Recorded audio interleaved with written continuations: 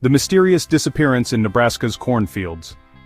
It was the kind of day in late August where the cornfields seemed to stretch endlessly beneath a blazing sun, shimmering with golden hues.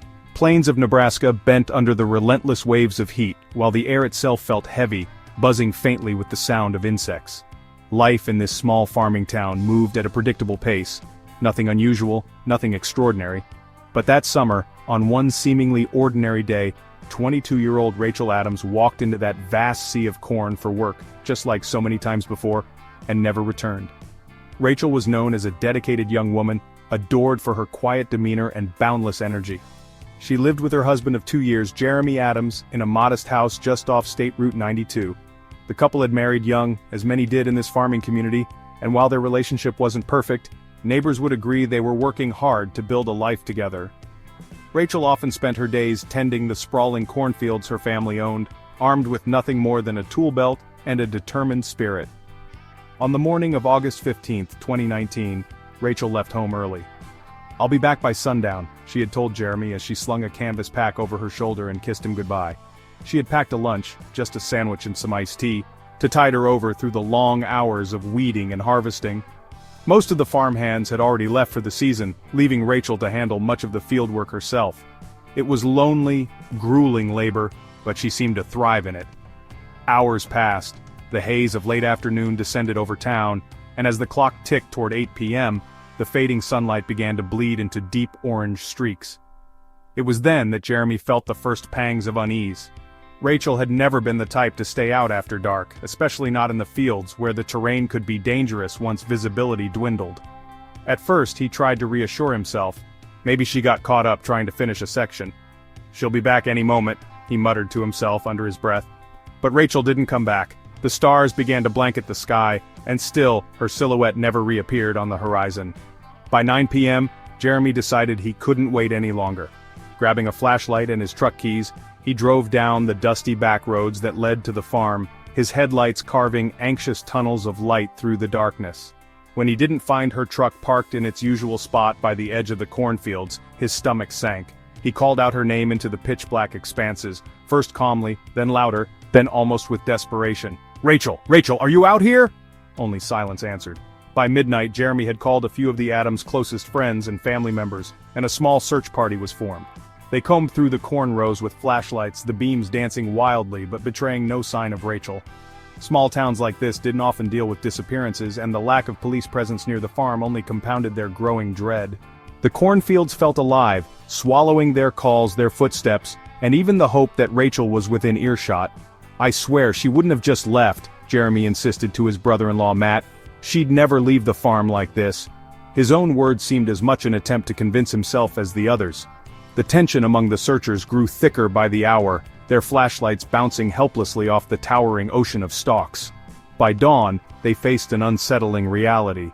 Rachel was missing, truly missing. It wasn't like the cases you hear about in big cities where people sometimes vanish into anonymity. This was Nebraska, a close-knit town where everyone knew each other. A disappearance here might as well have been impossible, or at least, it should have been. The police were called in that same morning. A handful of deputies from the county sheriff's office arrived, their demeanor serious but not alarmist. After all, people sometimes wandered off, got lost, or even decided to skip town for one reason or another.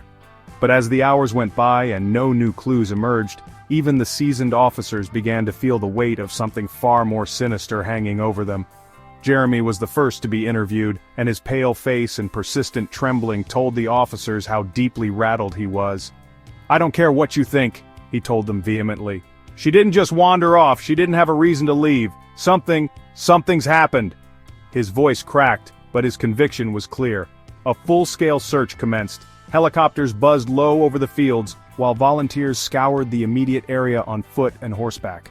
Bloodhounds were brought in to pick up Rachel's trail, but they led searchers in confusing circles before losing the scent entirely. Thick murmurs began to ripple through the search teams. Had someone abducted her?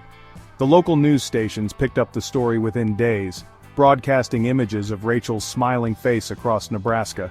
Reporters stood outside the cornfields, narrating the harrowing search efforts as farmers in wide-brimmed hats leaned against their trucks, stoically observing the helicopters thundering overhead. Still, no sign of Rachel emerged. It was almost as if the earth itself had swallowed her whole. Privately, some searchers started bracing for the worst. The police hinted that they would soon broaden their investigation, asking questions of everyone who had been near the area in the days preceding Rachel's disappearance. Meanwhile, whispers of suspicion began to grow. Could the husband have done something to her? The rumors spread quietly at first, like a low hum under the anxious chatter of search parties. By the end of the week, Jeremy Adams would find himself at the uncomfortable center of people's speculation. But no one, least of all Jeremy, was prepared for the devastating discovery that would soon drag the entire town into a web of secrets, lies, and questionable justice. I expanded as richly and atmospherically as possible. Would you like to adjust the tone, or is there another element you'd like more of? The discovery of the body, and the first clues. It was the morning of August 17th, 2 days after Rachel Adams had disappeared, when the search team finally stumbled across the grim discovery. The sun had barely risen, casting long shadows across the endless rows of corn. A dozen volunteers shuffled their way through the fields, the dry crackle of corn stalks breaking under their boots echoing in the heavy stillness. Anxiety was palpable in the air, a thick mixture of hope and dread clinging to every step they took. It was one of the searchers, an older farmer named Earl Wilkins, who noticed something unusual by a narrow drainage ditch cutting through the edge of the field. At first he thought it was just mud clumped oddly on the embankment, but as he moved closer, his heart sank. There, partially submerged and covered in soil and debris, was what appeared to be a human arm, pale and lifeless, stretching upward as though in silent protest. Earl let out a choked breath, his voice cracking as he called out, "Over here! Oh God, over here!" Within minutes the scene was swarming with people. The sheriff's deputies arrived shortly after Earl's frantic call, their patrol cars kicking up clouds of dust as they sped onto the scene. Jeremy Adams arrived too, having refused to stay at home during the search. As soon as he caught sight of the corner of his wife's light blue work shirt poking through the muddy bank, he collapsed to his knees. "No, no, Rachel," he whispered hoarsely, his voice breaking under the weight of despair. 2 officers quickly stepped in to pull him back, muttering words of sympathy that felt utterly hollow. The deputies cordoned off the area, urging everyone to step away and stay behind the tape. The coroner arrived shortly thereafter, his somber expression revealing everything the gathering crowd feared. The body was indeed Rachel Adams. Her lifeless form was pulled from the ditch with meticulous care, revealing the harrowing signs of a struggle. Silent gasps rippled through the bystanders as the details came into view. Her shirt had been torn at the seams, dirt and blood streaking its once pristine surface, and her jeans were mud-soaked and partially ripped. Around her neck was the most chilling detail of all, one of her sneakers' shoelaces knotted tightly, its fibers digging cruelly into her bruised, discolored skin. The local sheriff, Tom Grayson, took control of the scene, his voice steady but low as he addressed the gathered deputies. "Mark everything," he ordered. "We don't leave even a blade of grass unexamined. I want photos of every square inch around this ditch." A team of forensic technicians began combing the area, photographing the body, the ditch, and every trace of disturbed earth nearby. Shoe prints were scattered haphazardly in the mud where the struggle had clearly taken place. The bent corn stalks and flattened patches of dirt surrounding the ditch painted a chaotic, heartbreaking picture of Rachel's final moments. One technician paused as he lifted something small and fragile from the ground, a single strand of hair, golden and tangled, clinging to a broken twig. He carefully placed it into a clear case, his gloves trembling slightly. Jeremy sat on the back of a police cruiser, his head buried in his hands as he tried to comprehend the nightmare unfolding around him. His mother-in-law, Susan Carlson, arrived shortly thereafter. She tried to comfort him, though she herself was barely holding it together. "Jeremy, what happened to her? Who could have done this?" she whispered, her voice raw. He didn't answer, shaking his head helplessly. By mid-afternoon, the coroner had completed the preliminary examination. He stepped aside to brief Sheriff Grayson on the initial findings. Cause of death appears to be ligature strangulation, the shoelace obviously. There are defensive wounds on her arms, bruising around her wrists, and more bruises along her legs and torso. She fought back against whoever did this. He paused, his brow furrowed deeply. There's also evidence indicating a possible attempt at assault. His voice dropped, heavy with disgust. Sheriff Grayson exhaled sharply, his jaw tightening. "Damn it," he muttered under his breath. "So we're looking at a murder with other motives." He pinched the bridge of his nose and paused to collect himself before issuing his next instructions.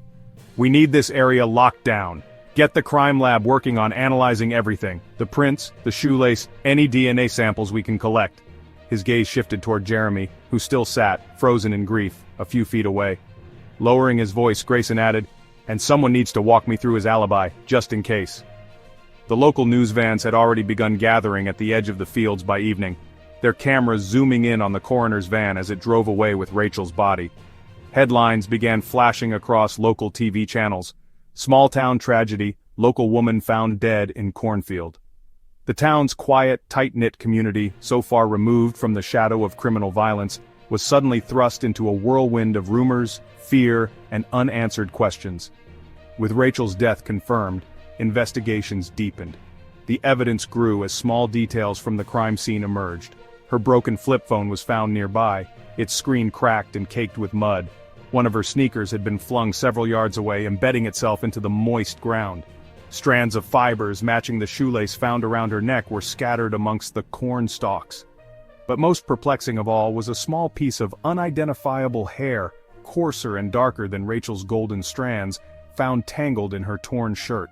Sheriff Grayson insisted that it be sent to the state forensic lab immediately. Who had the motive to do such a thing? Jeremy's emotional outbursts only amplified public whispers and suspicions. Past marital arguments between Rachel and Jeremy, once trivial gossip, now became damning fodder among neighbors. One woman at the local coffee shop remarked, "Someone's got to look into her husband. You know how these things usually go, it's always someone close." But Grayson wasn't ready to jump to conclusions.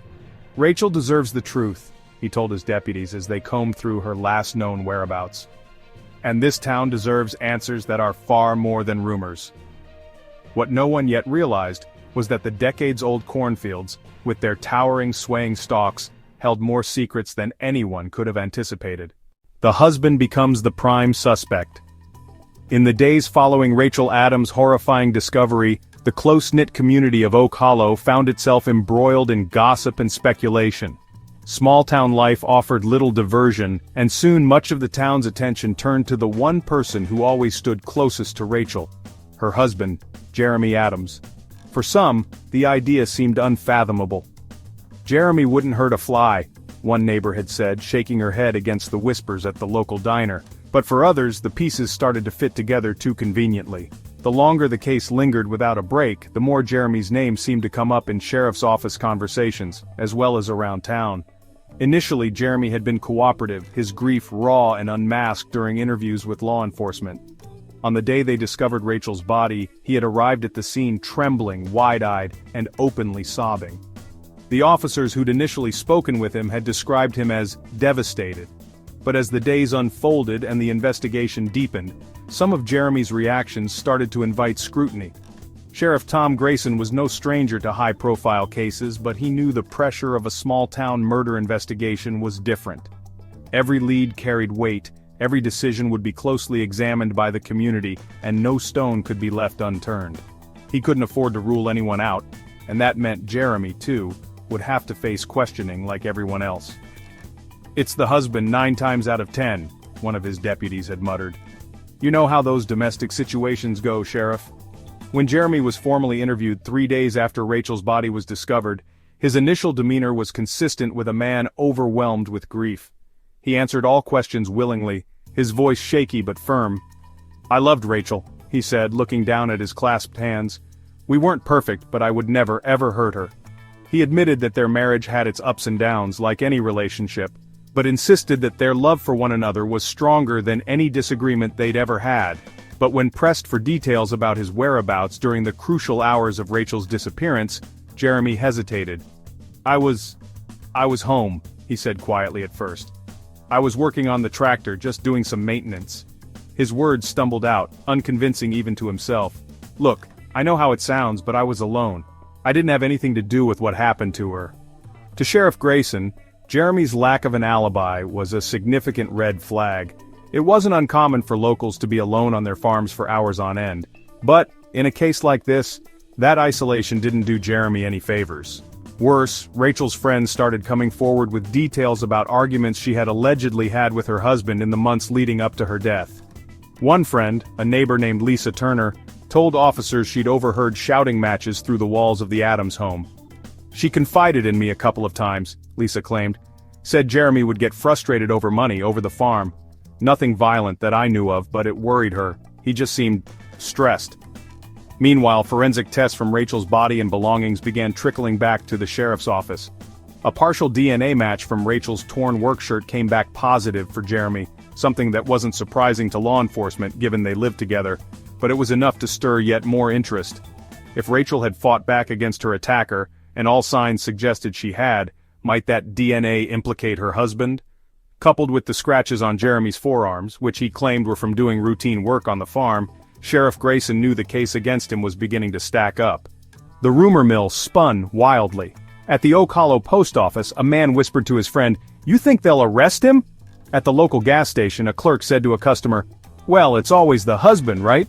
Suddenly, every piece of Jeremy's public behavior was under a magnifying glass, and any sign of composure marked him as cold. Any flash of emotion was labeled suspicious. Even his bouts of anger, normal for someone grieving such a horrific loss, were viewed through the narrow and critical lens of guilt. Sheriff Grayson called Jeremy back for another interview, this time with a slightly different tone. "Jeremy," he started, leaning forward across the weathered oak table in the interrogation room. "We're just trying to follow the evidence. Do you remember anything else about the day Rachel left for the field? Maybe anything that could help us clear this up?" Jeremy's legs bounced nervously under the table. "I told you everything already. I was at home. Rachel kissed me goodbye and went to the fields like she always does around that time of year. What else do you want me to say?" His words grew defensive, desperate even. "You think I don't want you to find who did this? She was everything to me." But that nervousness didn't just end with words. Jeremy started contradicting himself under pressure. In his original statement he said he hadn't been to the cornfield in weeks. Yet, an anonymous tip, a neighbor recalling the sound of an engine rumbling down the field road the previous afternoon, suggested he might not have been at home all day as he claimed. When deputies asked why Jeremy's own truck tires appeared in fresh tracks near the ditch where Rachel's body was found, he faltered. I don't know what you want me to say. That farm road leads everywhere. Could have been anyone, seriously." By the week's end, things only worsened for Jeremy. The scratches on his arm, which he swore came from working with old barbed wire on the fencing along his property, were deemed highly consistent with defensive wounds caused by fingernails. The forensic analysts couldn't say for sure, but Sheriff Grayson pushed for further examination and decided it was time to take things up a notch. On the morning of August 20th, deputies pulled into Jeremy's driveway with a search warrant in hand. What they found didn't exactly help his case. Jeremy's work boots, caked with hardened mud, were bagged for testing. Fibers resembling those from Rachel's torn shirt were recovered inside his toolbox. When reporters got wind of the search, they descended on the Adams property, cameras clicking behind the yellow tape. Headlines blared across Nebraska, "Husband of slain woman now a suspect in her murder." Under mounting pressure, Jeremy's family hired an attorney. The lawyer, aggressive in his approach, accused Sheriff Grayson of tunnel vision.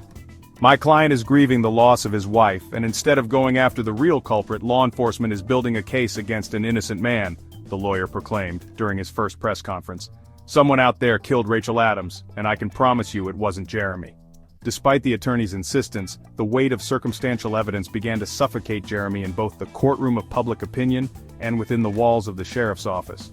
Grayson, however, wasn't ready to prematurely close the book on the case. Something didn't feel right to him. "Let's slow down," he told his deputies one night over coffee in the break room.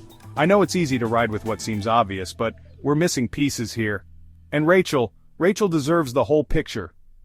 Little did Grayson know the next piece of the puzzle, a single, overlooked strand of hair, would crack the case wide open. The DNA investigation and a fateful misstep. By the time Rachel Adams' autopsy was complete, her case had already captured the grim fascination of Oak Hollow and beyond. The details were splashed across local headlines, and the small-town sheriff's department found themselves operating under a palpable cloud of pressure. The search for answers had narrowed quickly, thanks in no small part to one telling clue: the DNA found on Rachel's torn work shirt. The forensic lab's results confirmed a partial match to her husband Jeremy Adams, and in the absence of other leads, law enforcement seized upon this discovery as the linchpin of their case. At first glance it seemed damning, But the truth lay buried in the complex web of science, human fallibility, and the temptation of tunnel vision in a high-profile murder investigation. The DNA evidence, closer, yet further, from the truth. When the DNA results arrived at the sheriff's office, the excitement was uncontainable. Technicians found traces of skin cells and fibers clinging to the seams of Rachel's shirt, all of which traced back to Jeremy. To the untrained eye, it seemed irrefutable proof that Jeremy had been involved in his wife's final, violent moments. The sheriff's deputies pounced on this detail, interpreting it as confirmation of what many of them already suspected. The husband always did it, a familiar refrain in murder cases across the country. However, this piece of evidence was, at best, circumstantial. As Rachel's husband, Jeremy could reasonably argue that his DNA might naturally appear on her clothing. They shared a home, a bed, and their daily lives together. It wasn't exactly extraordinary, but the investigators weren't ready to entertain that nuance, not when their small-town department was under the glaring eye of local reporters. With every passing day, the media barreled toward one unavoidable conclusion. If the husband didn't do it, then who did? Missteps in the field. Behind the scenes, the collection of evidence revealed cracks in the investigation. The crime scene, located in the middle of a sprawling cornfield, had been chaotic from the start. Rain-soaked earth had complicated the ability to lift definitive footprints, and hurried attempts to preserve evidence led to sloppy labeling of items like Rachel's shoe, her torn clothing, and the slimy pool of muddy water that had collected near her body. The result was a frenzy of mud-streaked plastic bags shoved into evidence lockers, their items barely cataloged in the urgency to find the killer. Among the overlooked evidence that might have painted a fuller picture was a single strand of hair, coarser and darker than Rachel's, found tangled in the fabric of her shirt. While the hair was sent to the forensic lab, its significance was downplayed. "Could be nothing," one deputy noted in passing, "just random debris, maybe even animal hair or something she picked up walking through the field." No one prioritized its testing. After all, they already had the DNA from a person, Jeremy. Why complicate things?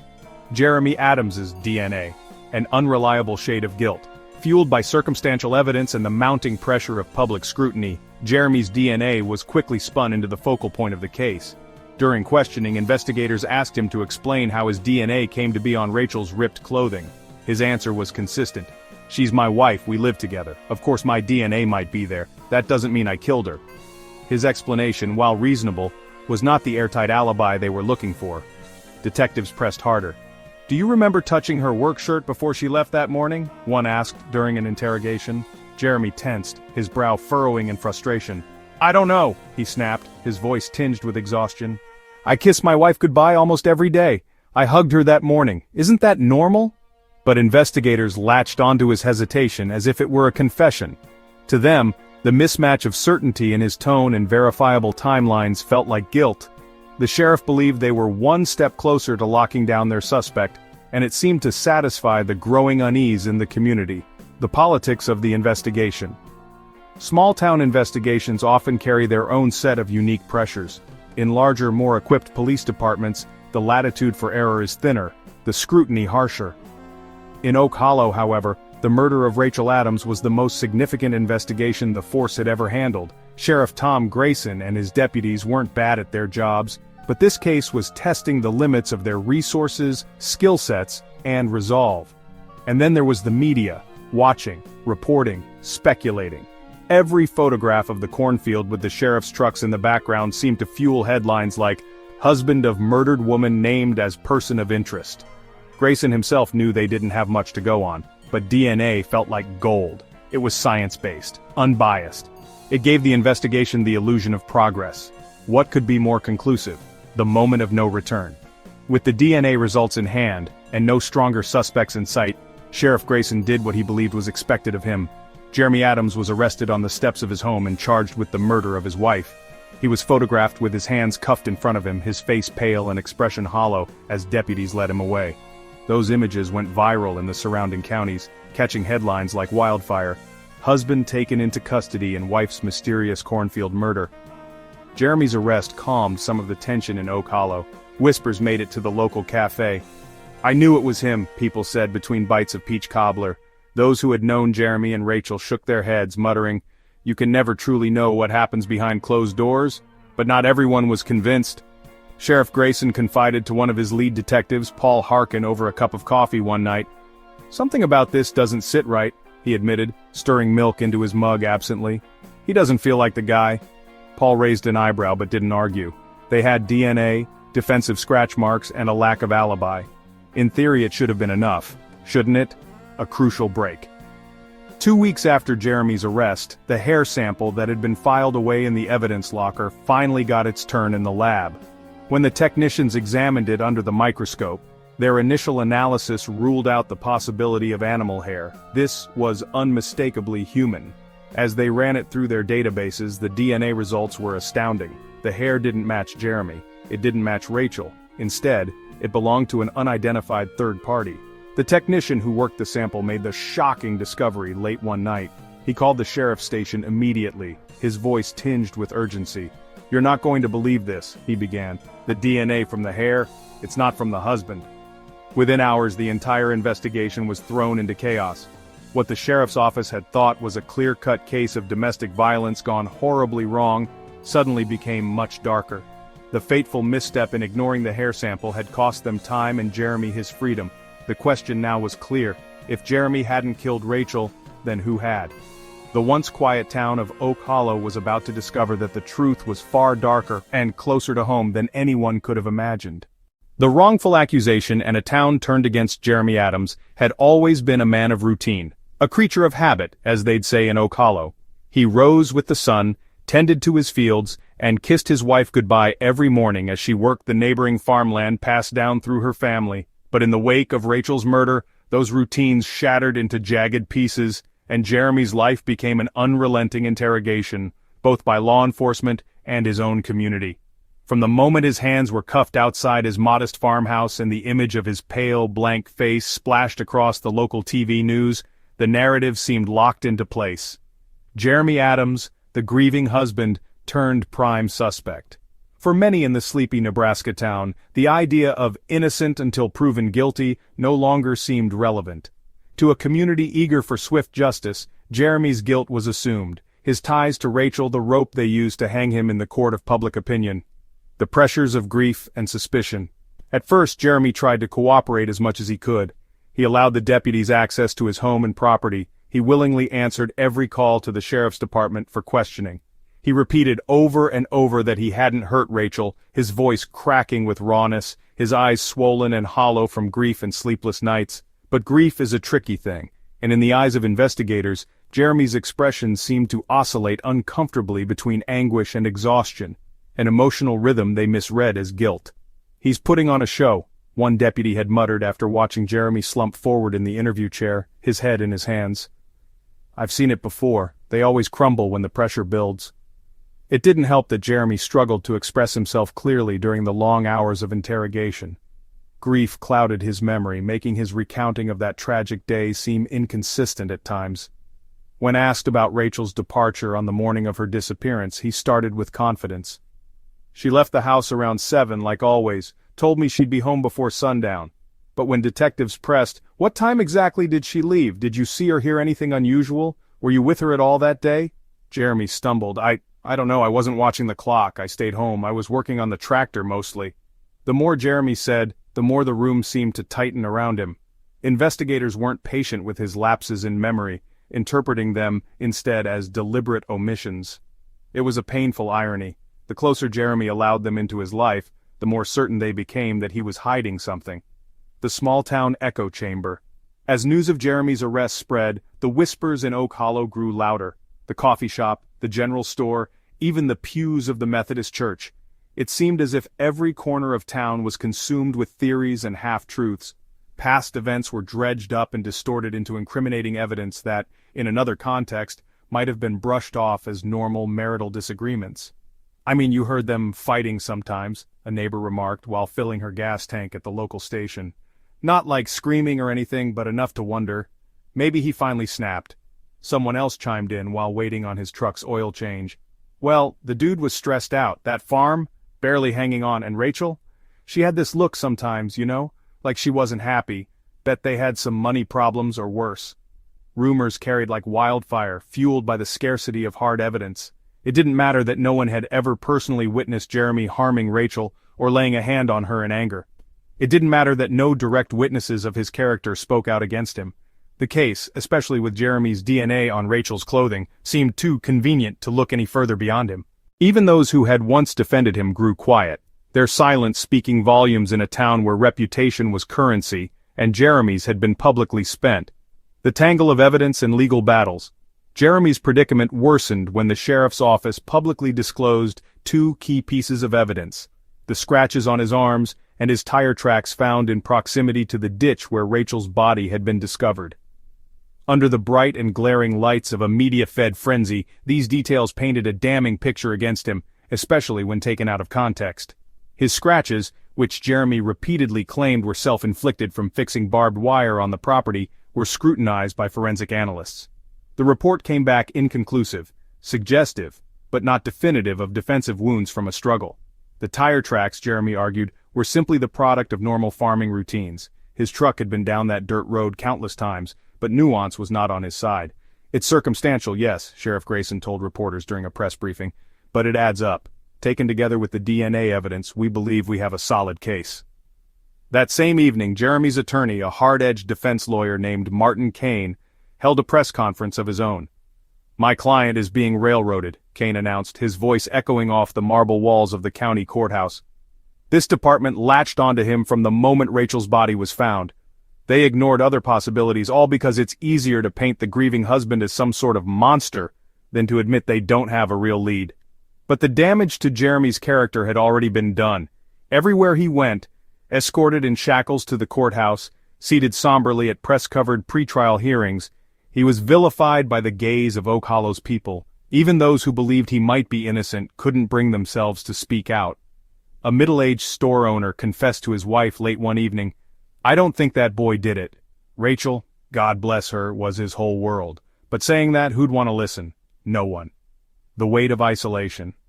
What the public didn't see, what no cameras or reporters bothered to capture, was Jeremy's life behind bars as his case crawled toward trial. For over a year, he sat in his cell, waiting on legal delays and procedural motions, his world reduced to concrete walls and a tiny barred window. During his first month of incarceration, his hands had trembled so badly he could hardly hold the pencil needed to write his appeals to family or his lawyer. Phone calls felt impossible. Listening to his mother's voice crack on the other end of the line only deepened the chasm of disbelief he'd fallen into. "Jeremy!" she sobbed once, right before their 3-minute time limit ticked out. "You hear me? They'll figure it out. You didn't do this, baby. God, please tell me you didn't do this."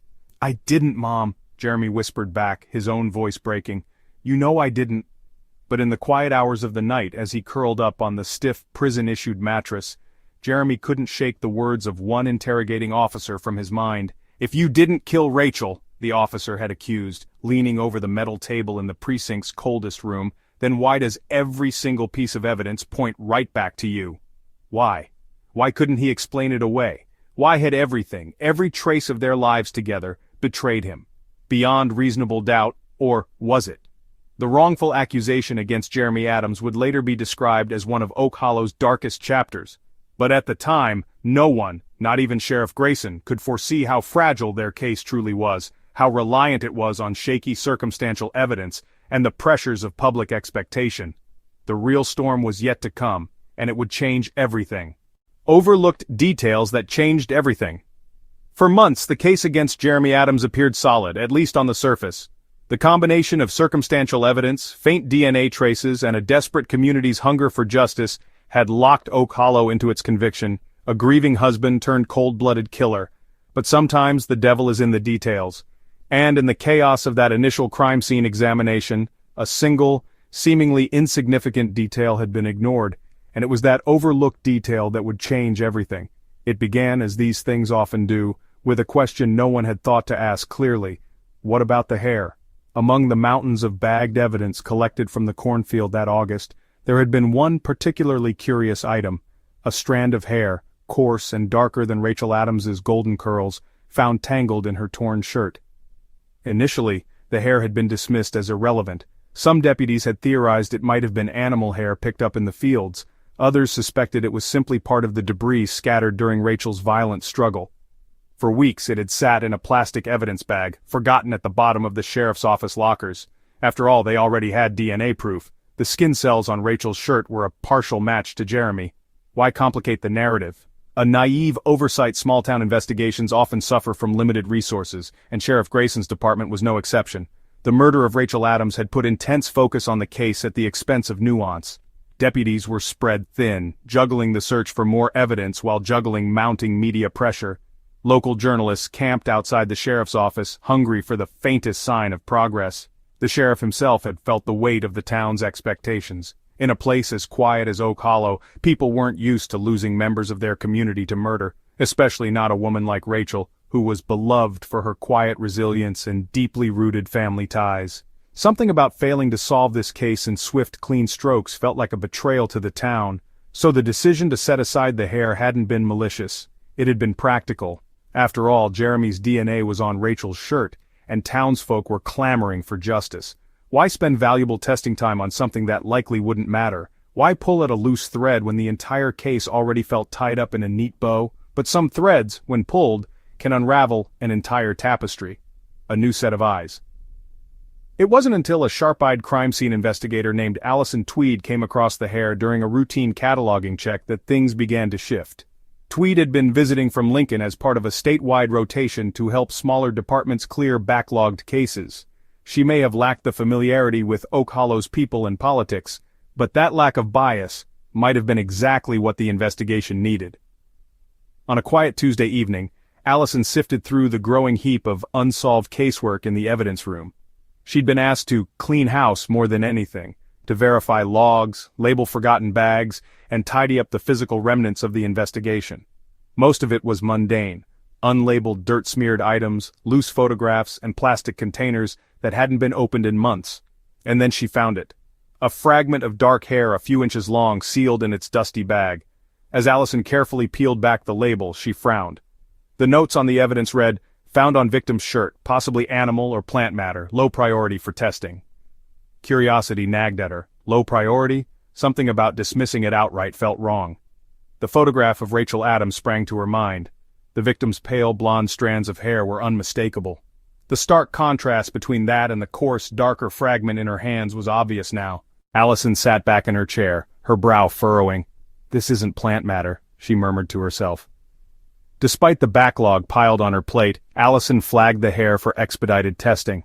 She filled out the paperwork and contacted the state forensic department, her curiosity outweighing any orders to keep the case files tidy. At worst, it would confirm what the local department already believed, that the hair was irrelevant, perhaps animal fur lost in the struggle. But what if it wasn't? The game-changing result weeks passed while the forensic lab ran the tests. Jeremy Adams remained in custody, awaiting trial with no clear timeline for an outcome. A palpable sense of unease hung over Oak Hollow. People whispered about how much evidence the sheriff's office really had. The initial public fury had begun to cool, giving way to quiet doubts. None of them spoken outright, of course. It happened late one Friday evening when Allison received the call. The voice on the other end of the line belonged to a technician at the state lab, and he sounded stunned. "You're not going to believe this," he began. "The hair sample you sent? It's human, male. But here's the thing, it doesn't match Jeremy Adams." Allison froze. "It doesn't... Wait, you're sure it's not Rachel's either?"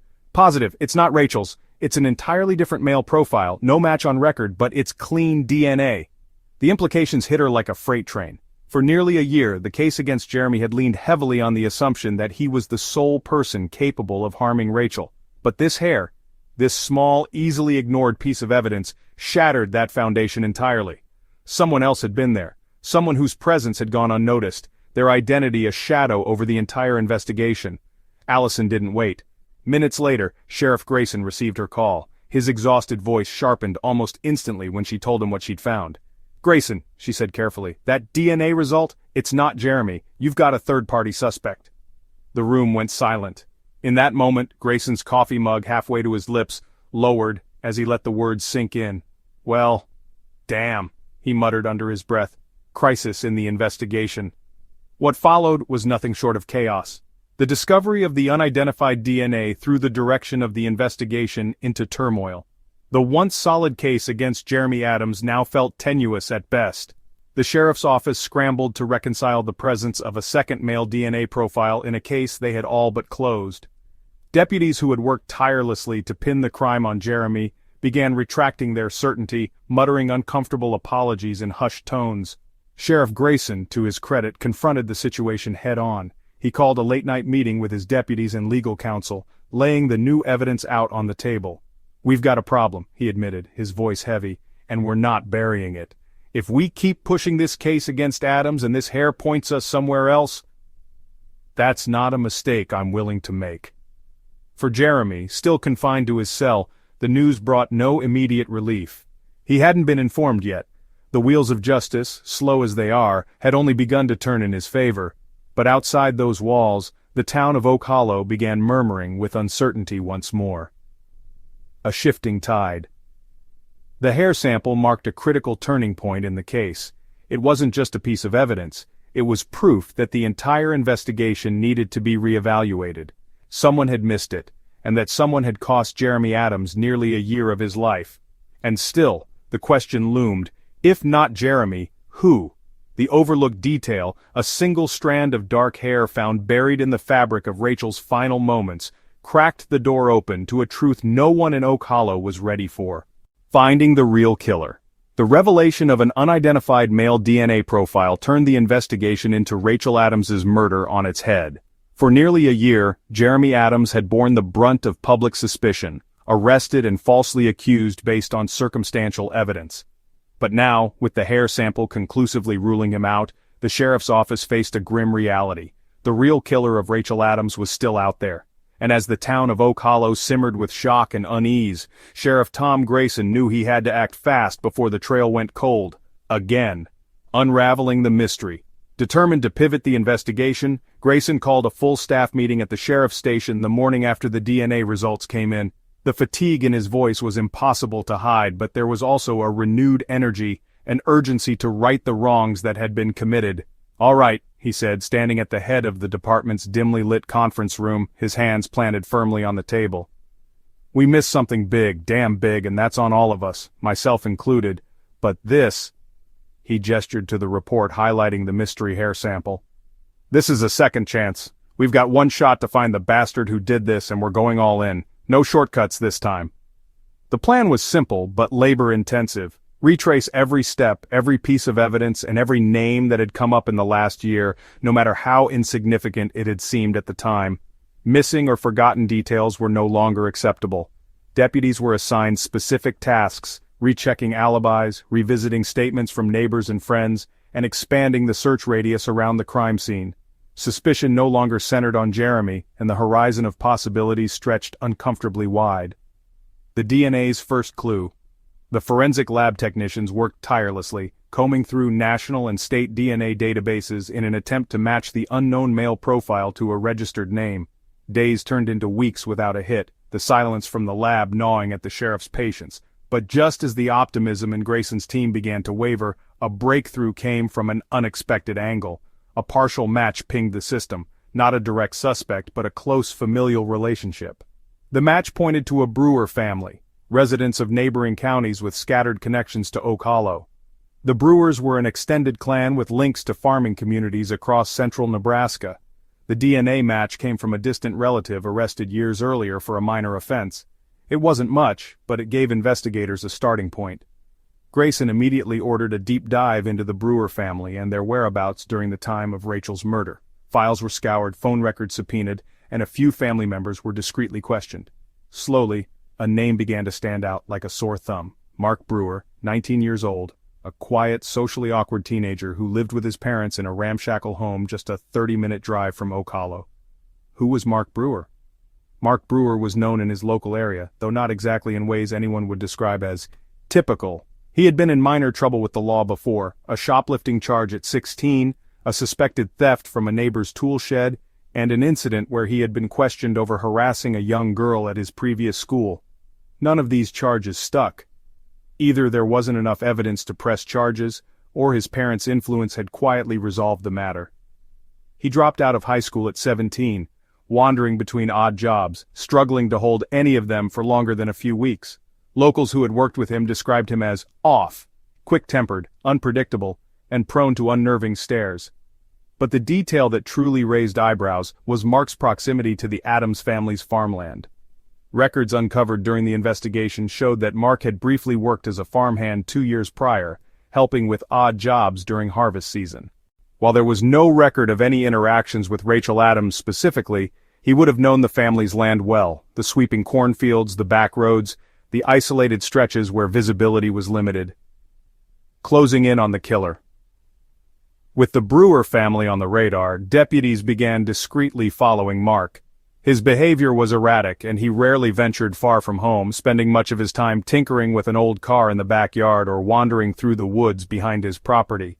Sheriff Grayson, convinced they were closing in, applied for a warrant to obtain a direct DNA sample from Mark to confirm the match. But Mark, whether through paranoia or gut instinct, seemed to sense the walls closing in. On the afternoon the warrant was issued, surveillance teams reported seeing him pack a bag and head toward his truck in a rush, as if preparing to flee. Grayson didn't hesitate. "Bring him in," he ordered his team. It was during a routine traffic stop set up along his presumed escape route that Mark was apprehended.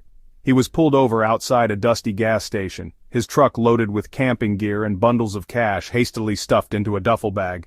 When officers approached and asked him to step out of the truck, Mark's face flushed crimson, his hands trembling as he fumbled with the door handle.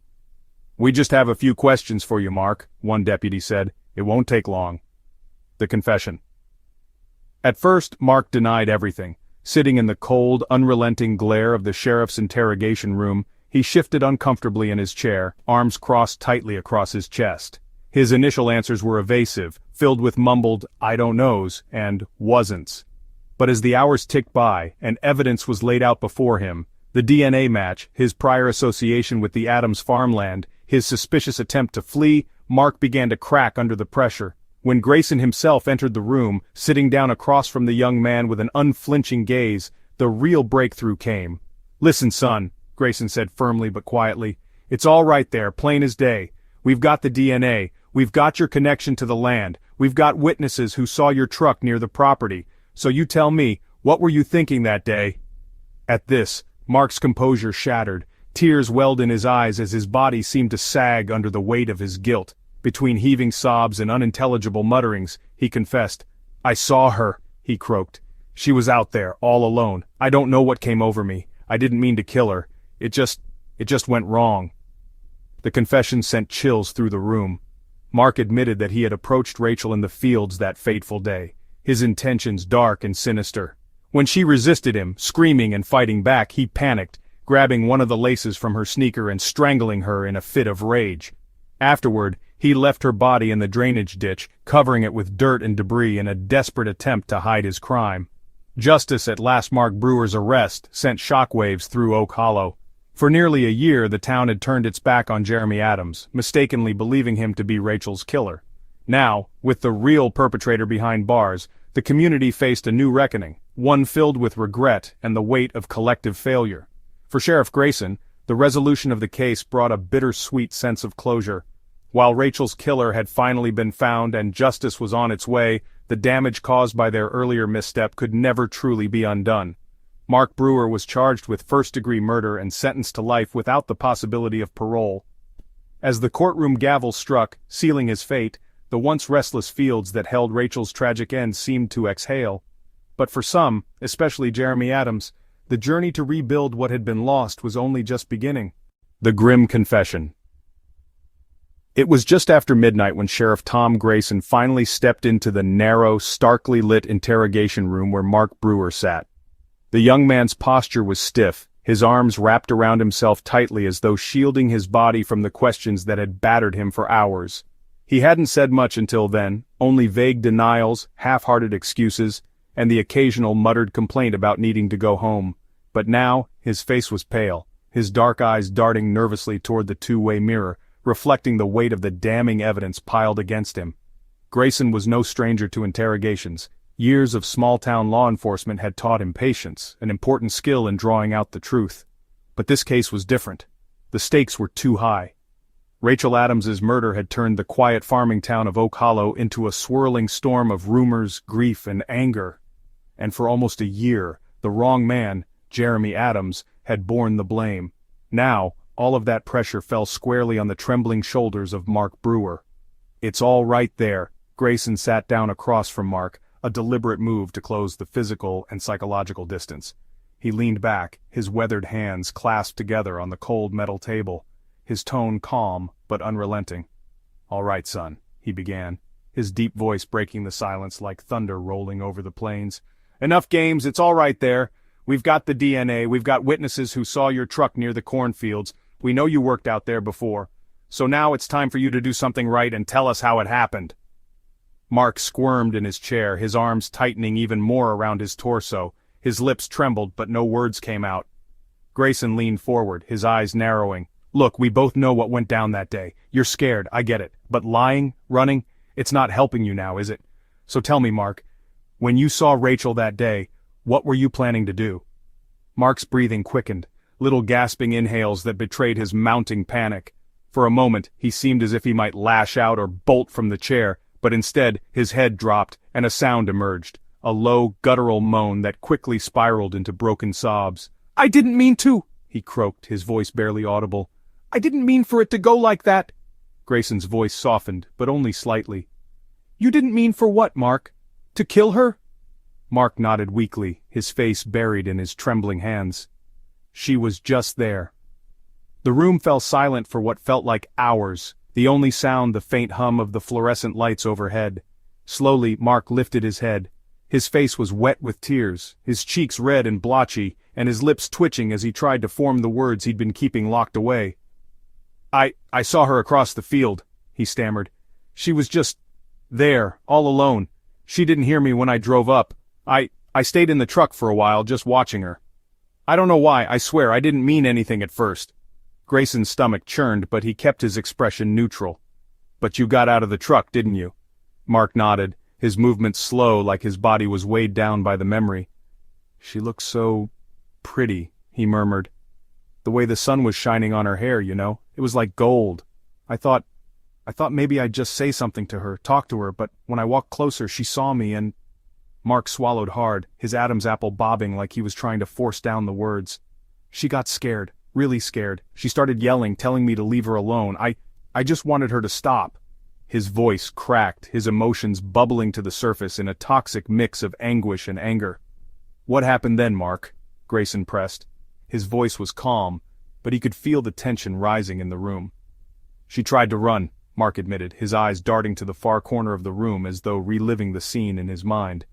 "She dropped her tools and just bolted into the rows. I panicked, okay? I didn't think. I just went after her. I didn't want her to get away. I couldn't let her. I didn't mean to hurt her." Mark's words came faster now, as though the dam holding them back had cracked wide open. "She was screaming, Sheriff, screaming so loud. I knew someone might hear her.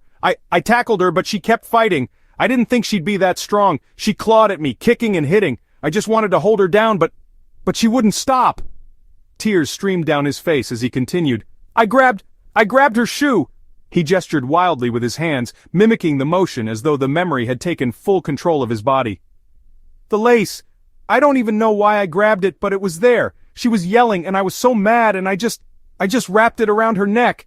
Grayson stiffened, his jaw clenching tightly as he watched Mark dissolve into a full-body sob. "I didn't mean to hurt her," Mark wailed. "I swear I thought she'd just stop yelling, but she didn't. She kept struggling and I couldn't." He trailed off, his hands gripping his hair as though trying to pull the memory out of his head. "How long?" Grayson asked flatly. "How long did you hold it, Mark?" Mark blinked up at him, his face twisting in despair. "I don't know. It felt like forever. She went still. I didn't mean to kill her. I swear I didn't. I tried to hide it." Mark's confession grew darker as the minutes dragged on. He described how he'd left Rachel's lifeless body crumpled in the corn rows, staring down at her with a mix of fear and disbelief. "I tried to cover her," he said softly, his voice barely above a whisper. "There was dirt and stalks everywhere. I used them to hide her. I thought no one would find her. Not for a while, at least. Then I just ran. Got in my truck and drove like hell." "Why'd you do it, Mark?" Grayson interjected, his voice sharp, slicing through the young man's spiraling confession. "I don't know!" Mark shouted, sobbing again. "I don't know what's wrong with me. I wasn't thinking at all. One minute she was yelling and the next she just wouldn't move anymore." Grayson nodded solemnly. He'd heard enough. The weight of the truth.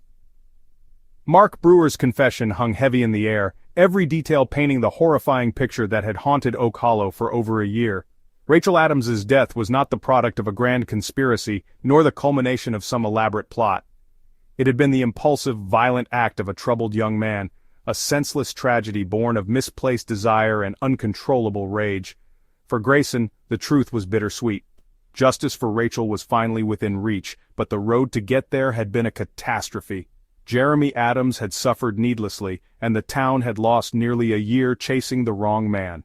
As Mark was led out of the interrogation room, his hands cuffed tightly behind his back, Grayson stared down at his notes. There was so much to process, so much still to fix. But for the first time in months, the weight pressing down on the town seemed just a little bit lighter. A town's reckoning. When the news of Mark Brewer's confession broke, it sent shockwaves through Oak Hollow. People had always known the world could be cruel, but there was something uniquely chilling about the evil that had unfolded right in their own backyard. The image of Mark, the awkward, quiet kid who never quite fit in, would forever be burned into their memories, not as the harmless outsider they thought he was, but as the monster who had taken Rachel Adams's life. But for many, perhaps the hardest part was accepting their role in the suffering of Jeremy Adams, an innocent man the town had turned their backs on. And so, as the truth finally began to take root in Oak Hollow, one thing became clear: the scars left by Rachel's murder, and the years of distrust and doubt that followed, would linger long after the cornfields grew tall again. Mistakes in the investigation. For the small-town sheriff's department in Oak Hollow, Rachel Adams' brutal murder was uncharted territory. They weren't equipped to handle crimes of this scale, gruesome and shocking in a way that sent ripples of fear through the usually tranquil farming community. Sheriff Tom Grayson and his deputies were good men, cautious and well-meaning, but they were also underqualified for the storm that had barreled into their jurisdiction. That lack of preparation, coupled with mounting pressure from the public, led to a cascade of errors that would permanently scar both an innocent man's life and the reputation of the local justice system. By the time the real killer was identified, it was already too late. The mistakes had been made, and the damage done. Jeremy Adams, an innocent man, had spent over a year behind bars, wrongfully accused of his wife's murder. And the people of Oak Hollow, in their rush to see justice served, had turned their backs on one of their own. None of that would have happened if the investigation had been executed with the caution it demanded. A case rushed by emotion. From the moment Rachel Adams was reported missing, emotions ran high. The 22-year-old woman wasn't just another victim, she was a beloved member of the community, known for her kindness and dedication to her husband. Her disappearance, followed by the gruesome discovery of her body in the cornfield, felt deeply personal to everyone in Oak Hollow. It was as though the entire town had lost a sister, a daughter, or a friend. This collective grief and outrage immediately shifted into a demand for swift justice. The town wanted answers, and they wanted someone to blame. That, Sheriff Grayson later admitted, was the first mistake, allowing the weight of public pressure to influence the department's investigation. "Everyone looked at me like I needed to deliver a damn miracle," Grayson would later confess to a former colleague. "But miracles don't solve cases. Facts do. And I let my instincts take the wheel instead." Instead of slowing down to let the puzzle pieces come together, the department zeroed in on Jeremy Adams within days of Rachel's body being found. His visible grief, his suspicious lack of a concrete alibi, and the fact that his DNA turned up on Rachel's torn work shirt felt convenient. Too convenient. And in that convenience, the department made its most crucial mistake: they stopped looking for other suspects. DNA evidence and tunnel vision. When the forensic lab reported a partial match to Jeremy Adams' DNA on Rachel's clothing, it practically sealed his fate in the eyes of investigators. It wasn't damning, not on its own. As Rachel's husband, Jeremy's skin cells and fibers would have naturally been on her clothing, but for a small-town department with few resources and a media frenzy breathing down its neck, DNA was treated as the holy grail of evidence. "We saw what we wanted to see," one of the deputies admitted anonymously years later. "We thought, why else would his DNA be there? It lined up with all the assumptions we'd already made. We didn't think to question it." In retrospect, the biggest oversight was the decision to ignore an important aspect of the case: Rachel's violent struggle. The cornfield where her body had been found told a chaotic story: flattened patches of earth, broken stalks, and blood-streaked soil. The shoe print impressions showed a frantic chase. Defensive wounds on Rachel's hands suggested she had fought back against her attacker. Yet no one bothered to ask the hard question, if Rachel fought so hard, wouldn't there be more evidence, more DNA, on her body? Instead, the lab's report was treated as a confirmation of what the sheriff's department already believed. Jeremy Adams had killed his wife in a fit of rage. Any evidence that didn't support that theory, like the strand of dark, coarse hair tangled in Rachel's shirt, was dismissed as irrelevant. A clear case of tunnel vision had taken hold of the investigation. Once law enforcement set its sights on Jeremy, every decision became focused on fitting the evidence into that narrative rather than following the facts wherever they might lead. Public pressure, justice over truth.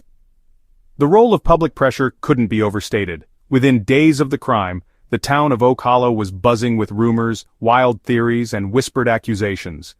Most of those whispers pointed directly at Jeremy, the grieving husband who had once been seen as Rachel's devoted partner.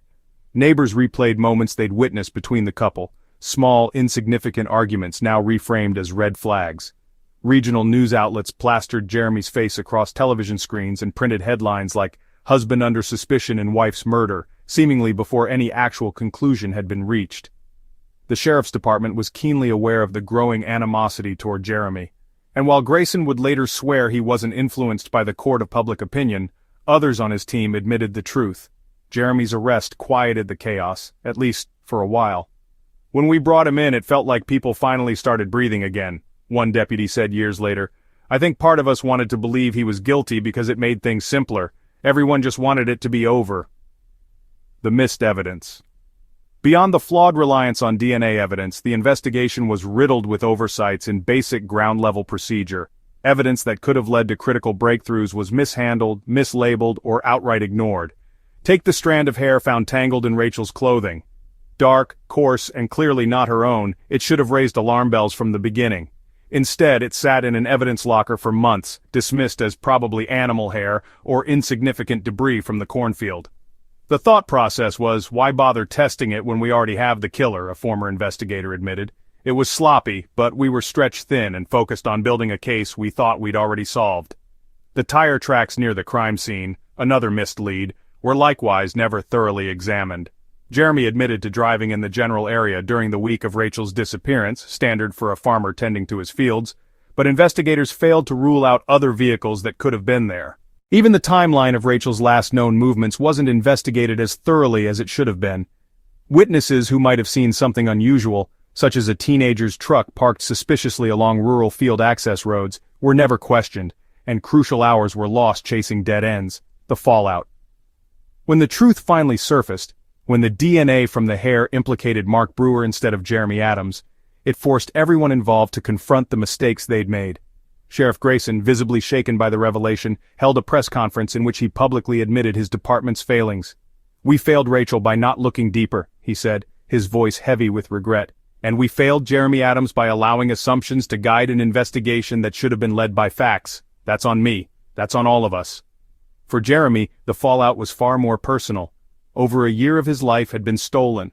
Months spent behind bars while memories of his wife were tainted by the accusations against him. And though he was eventually exonerated, the stigma lingered in Oak Hollow. Some people still whispered. Some people, too proud to admit they were wrong, still muttered that Jeremy must have done something to warrant suspicion in the first place. As for the sheriff's office, the mistakes permanently fractured trust within the community. Changes were eventually made: mandatory forensic training, partnerships with state crime labs, new guidelines for prioritizing evidence, but the damage was done. With lessons too late. The investigation into Rachel Adams' murder remains a painful cautionary tale of what happens when law enforcement succumbs to assumption and public pressure.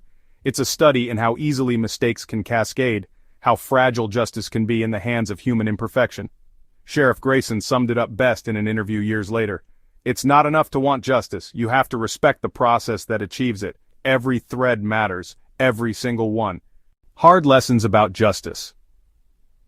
The case of Rachel Adams was not only about the brutal and senseless act of violence that claimed her young life, it became a brutal mirror held up to a community and its system of justice. In the rush to find answers, mistakes were made. In the heat of public outrage, biases clouded judgment. And in the desire for closure, an innocent man was nearly destroyed. What unfolded in Oak Hollow was a stark reminder that justice isn't about speed or appeasement. It isn't about satisfying anger or quelling fear.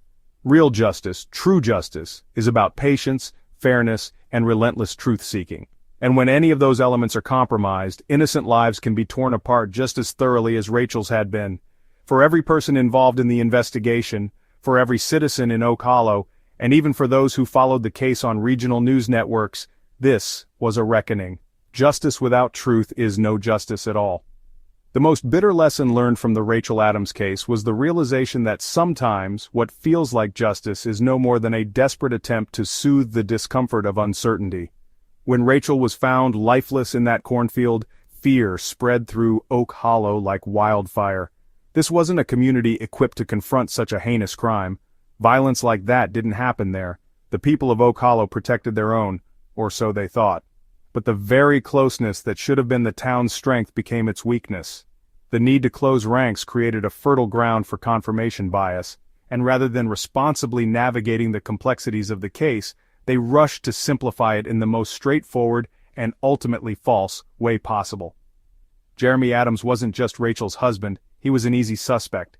He bore the mark of grief, a face distorted by loss that others misinterpreted as guilt, and for many, pinning Rachel's death on his shoulders felt like a way to rationalize the unthinkable. It gave them someone to hate, someone to blame. But as the investigation derailed, what Oak Hollow forgot was that justice without truth is no justice at all. That bitter truth hit like an unrelenting wave when Mark Brewer was identified, leaving the community to grapple with the sobering thought: if they could wrongfully condemn someone they knew, someone they had grown up with, how secure was their trust in their own character or system? The impact of assumptions and bias. The case revealed the dangerous role assumptions play in the pursuit of justice. From neighbors gossiping about trivial arguments between Rachel and Jeremy, to deputies scrutinizing Jeremy's grief as performative, there was an undercurrent of bias that drove every decision. An emotional public, tunnel vision in the sheriff's office, mismanaged evidence. All these factors combined to build a chain that shackled an innocent man. And as those chains tightened around Jeremy, the community unknowingly built one of its own, a collective guilt that would haunt them long after the truth came out. Sheriff Tom Grayson later reflected, "The worst part was how easy it was to focus on Jeremy. No one felt bad about it at the time. We wanted someone to blame, and he looked like the person. But feeling right isn't the same as being right. It's just not." The prejudice inherent in small-town thinking played an undeniable role. The people of Oak Hollow didn't just turn their backs on Jeremy, they actively created a narrative that fit their fears, whether or not it matched the facts. Bias governed their thoughts long before evidence was collected, and by the time cooler heads could prevail, damage had already been done. The danger of public pressure small-town justice is deeply intertwined with public opinion, and Oak Hollow was no exception. The people demanded action, and the authorities fell into line. There was no time, no patience, for ambiguity. Jeremy Adams's arrest served as a temporary relief valve for the town's boiling anxiety. Murmurs of "we got him" spread through diner booths and church pews. Local reporters ran photos of Jeremy being escorted in handcuffs under headlines that all but guaranteed his guilt. And for a time the people of Oak Hollow slept a little easier, believing the monster had been found. But when the truth came out, that false relief turned to shame. The town wasn't just complicit in the mistakes of the investigation, they were co-authors of the story that nearly ruined a man's life.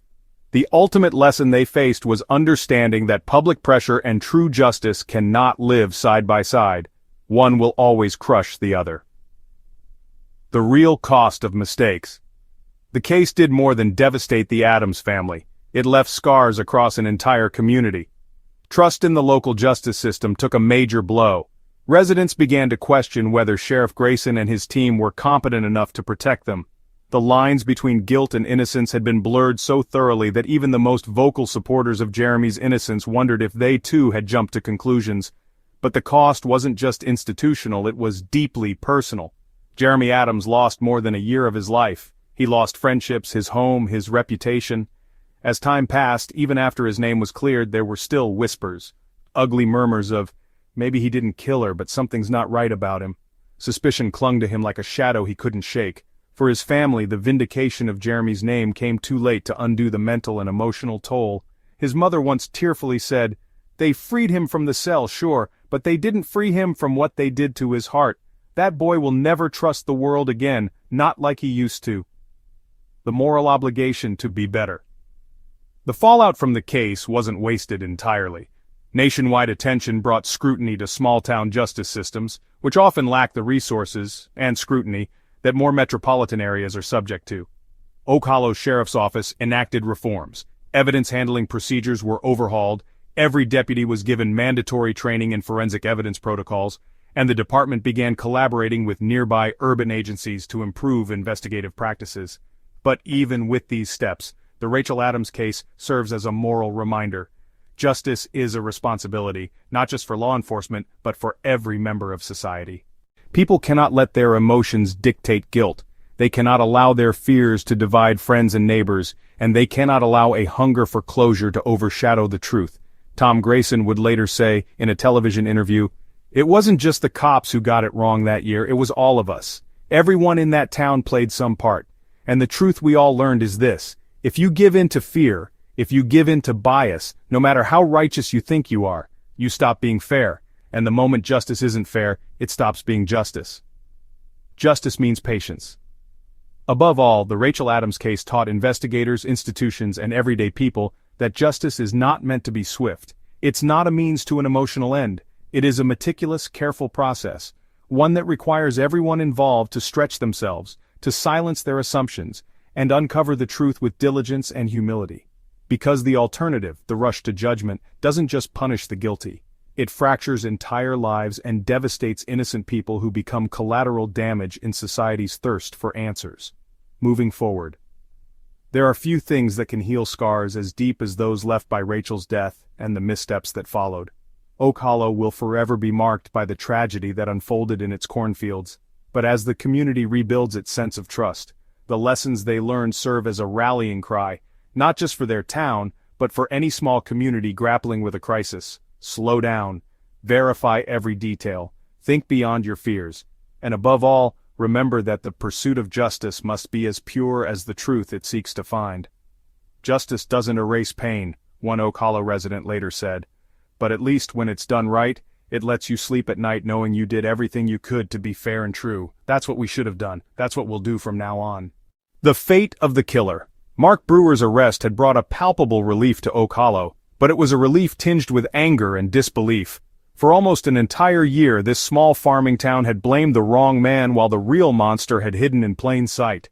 Now, with Brewer behind bars, Oak Hollow's thirst for justice burned hotter than ever. They wanted answers, they wanted accountability, and they wanted to see Brewer, the young man who had brutalized and taken Rachel Adams's life, face the full consequences of his actions.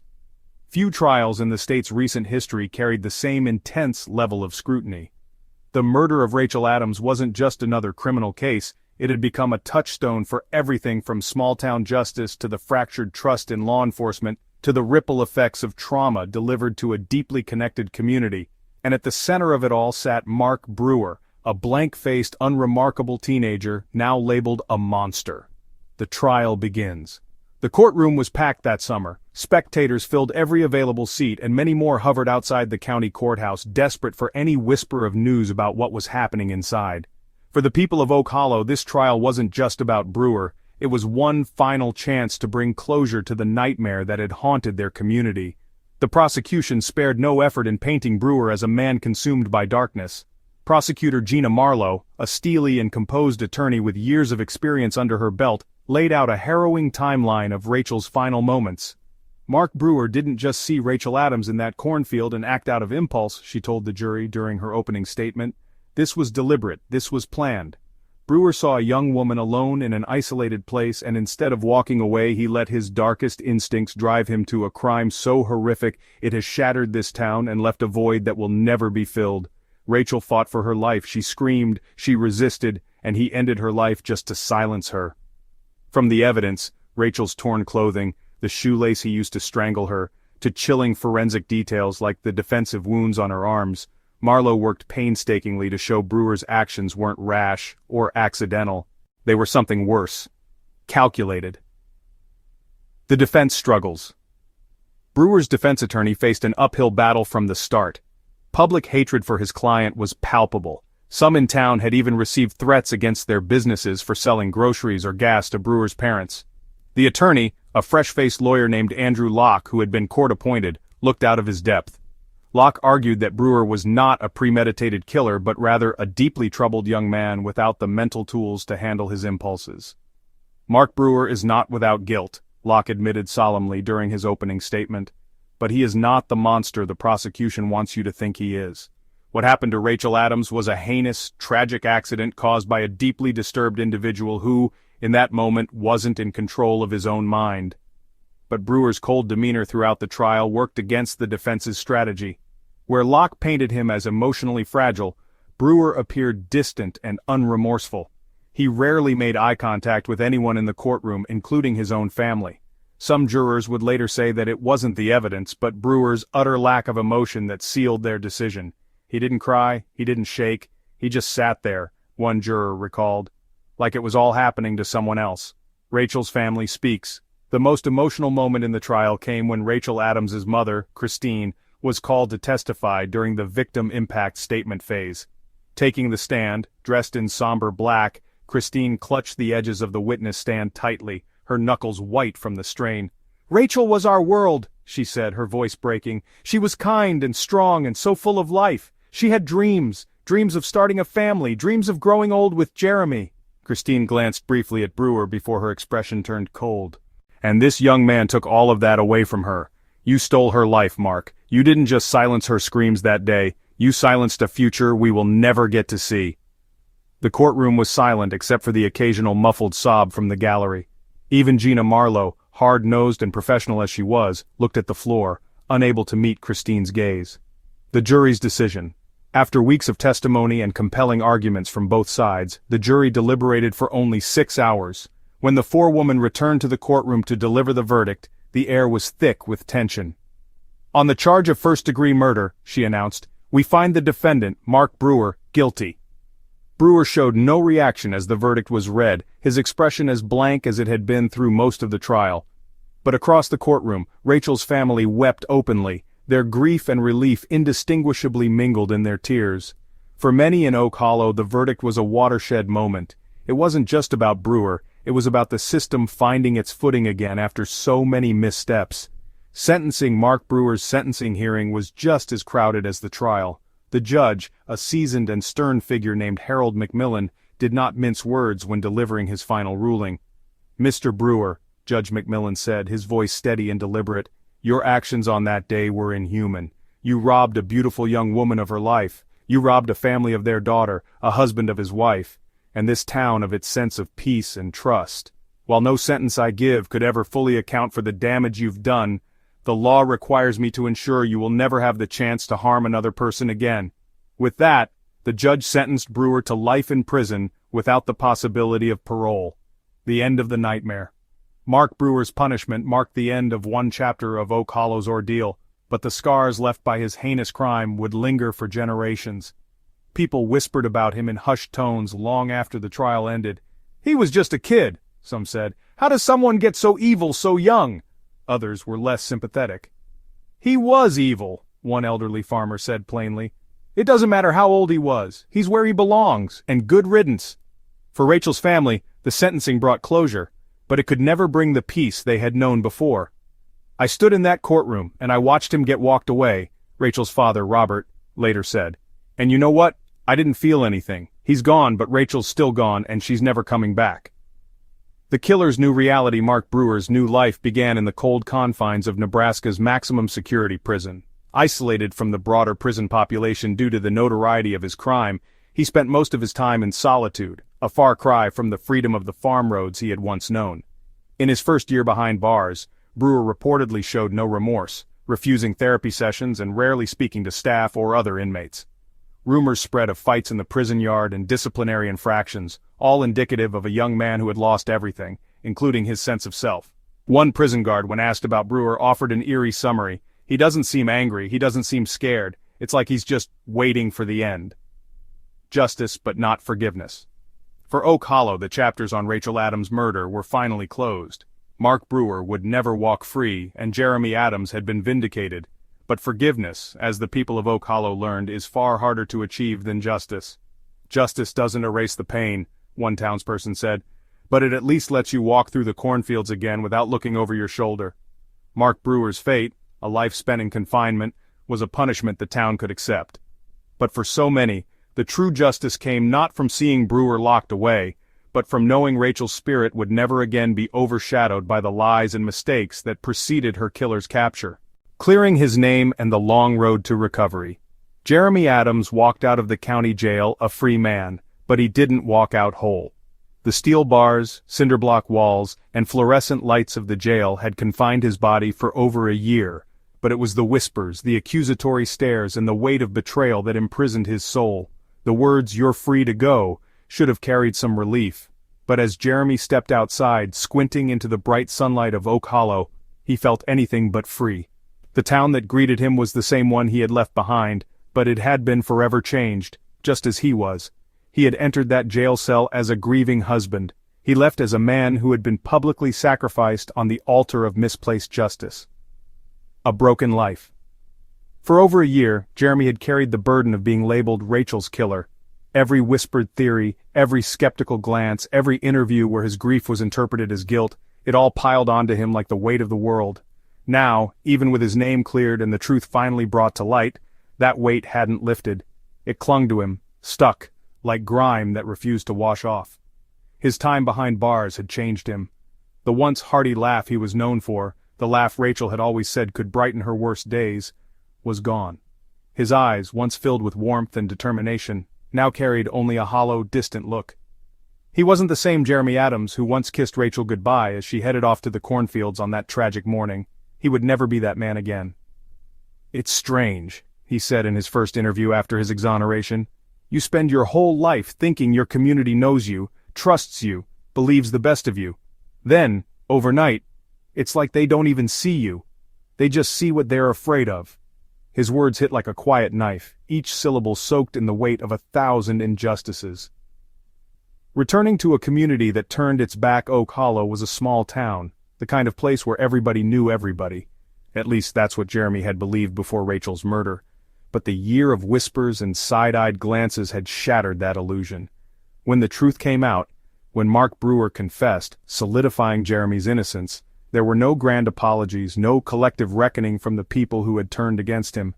Instead, there was a painful silence, a collective unwillingness to acknowledge the harm caused. Oh, there were a handful of awkward apologies.